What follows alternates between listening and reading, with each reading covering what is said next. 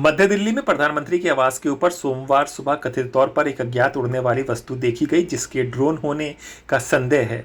Police के मुताबिक उन्हें सुबह 5:30 बजे स्पेशल प्रोटेक्शन ग्रुप एसपीजी से सूचना मिली कि लोक कल्याण मार्ग इलाके में पीएम आवास के ऊपर एक अज्ञात उड़ने वाली वस्तु देखी गई। अधिकारियों ने कहा है कि ये क्षेत्र नो फ्लाई जोन के अंतर्गत आता है।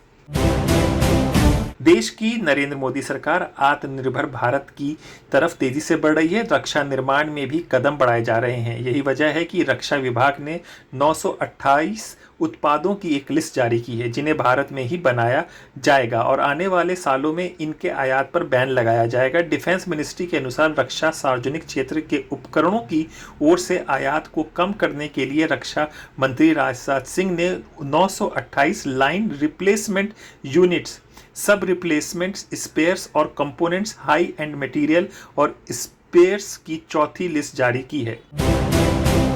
भारत द्वारा परमाणु क्षमता वाली शौर्य मिसाइल का सफल परीक्षण किया गया है। शौर्य पनडुब्बी से परीक्षित K-15 मिसाइल का भूमि आधारित समांतर मिसाइल है। ये बैलिस्टिक हथियार K मिसाइल परिवार के हैं। लद्दाख से लेकर अरुणाचल प्रदेश तक भले ही भारत और चीन को बांटने वाली वास्तविक नियंत्रण रेखा शांत दिखाई दे रही है, लेकिन चीन अपनी सरहद में खुद को मजबूत करने में जुटा है।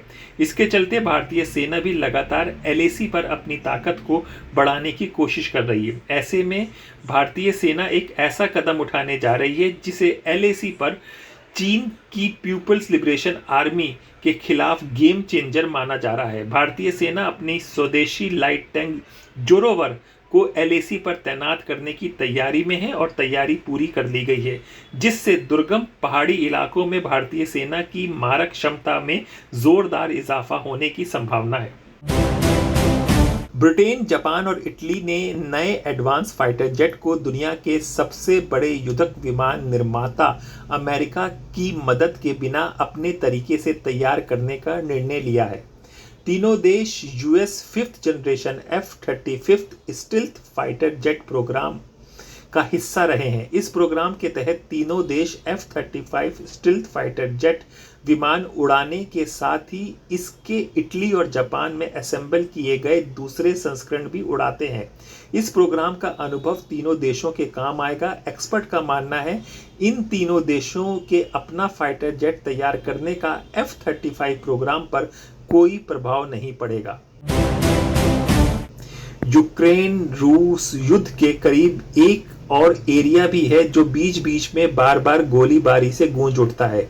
ये गोलीबारी अजरबैजान और आर्मेनिया के बीच हो रही है, जिसमें अब तक अजरबैजान भारी पड़ता दिख रहा है।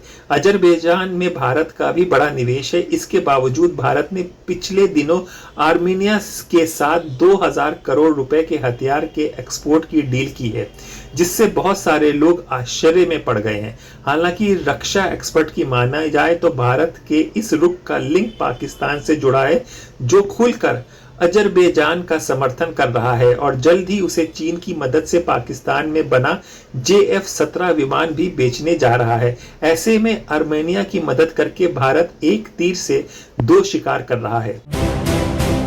स्वदेश में बने अटैकर हेलीकॉप्टर रुद्र की भारतीय वायुसेना में भी तैनाती की तैयारी शुरू हो गई है और तैनात कर दिया गया है। इसे जोधपुर एयरबेस पे तैनात किया जाएगा।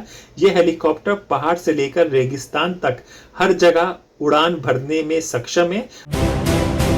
नौसेना 2020 में लिए गए 2 प्रीडेटर ड्रोन की लीज बढ़ाने की योजना बना रही है। ये ड्रोन चीन से लगती सीमा समेत देश भर में निगरानी के लिए 12,000 घंटे से अधिक की उड़ान भर चुके हैं। इन दोनों ड्रोन को चीन के साथ सैन्य गतिरोध के शुरुआती चरण के दौरान नवंबर 2020 में लीज पर आपातकालीन शक्तियों के तहत नौसेना में शामिल किया गया था। तब से नौसेना बड़े पैमाने पर इसका इस्तेमाल कर रही है।